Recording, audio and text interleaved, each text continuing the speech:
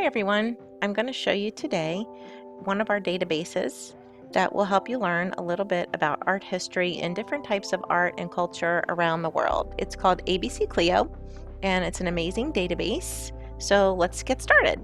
If you go to LCPS Go and click on Library Resources, and just a helpful hint, sometimes it can seem confusing to try to find some of these pieces of information. Just so that you know, all these icons are alphabetized so that you can find them more easily.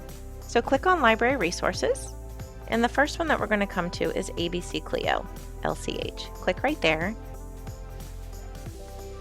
and if you scroll down a little bit, we're going to click on World History, Ancient and Medieval Eras. This database has a lot of information about the different time periods in ancient history, starting from prehistory all the way through to the Islamic world and Africa, the Americas, East Asia, medieval Europe, and back to prehistory. Another great tool within this database is this 3-minute video right here, and it gives you some more specifics than what I'm going to go through with you today. Today I'm just going to do some simple searching to give you an idea about how the database works. So for example, I'm going to search Islamic art and click the search button. And right now, because I searched Islamic art, it's a broad topic, so it's given me 124 results. That's a lot of information for me to go through. So I'm going to click on the filters to narrow things down a little bit. Depending upon what my assignment might be, I might need some information regarding some articles. There are 76 of those there. But for right now, I think I'm just going to look at photos and illustrations, and there are 10 of those right here. So I'm going to click this box and then the apply box. And right here I've got 10 results. So I'm going to scroll down just a little bit so you can see what it looks like.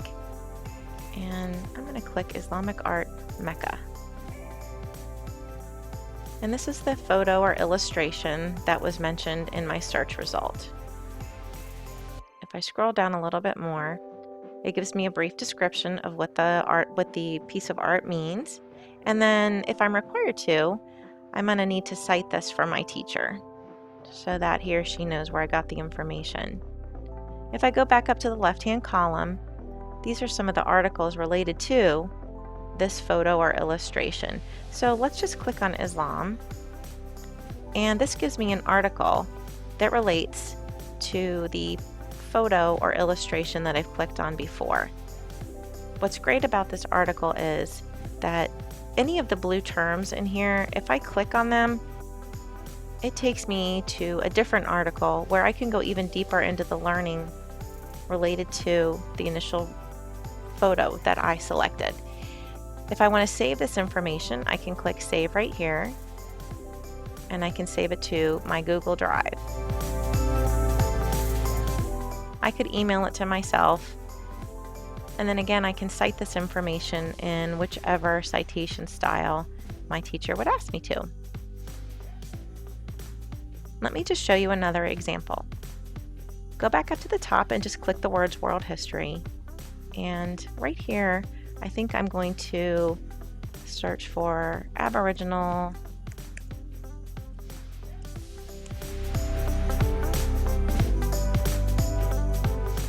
So right here, I have 11 results. That's pretty doable. So let's scroll down a little bit. And Australia, Aboriginal Australian rock art. I'm going to click on that one. And I can see an example of this particular piece of art that I've selected. Again, it gives me the description. Here's my citation. And if I look down the left-hand side, I can see additional photos and illustrations and some glossary terms. This is pretty powerful because sometimes in articles we might not always be aware of what the different definitions are of words, so this is pretty helpful. Remember, if you have any questions, please ask your librarians, give us an email, and we will be happy to answer any questions for you. Thanks!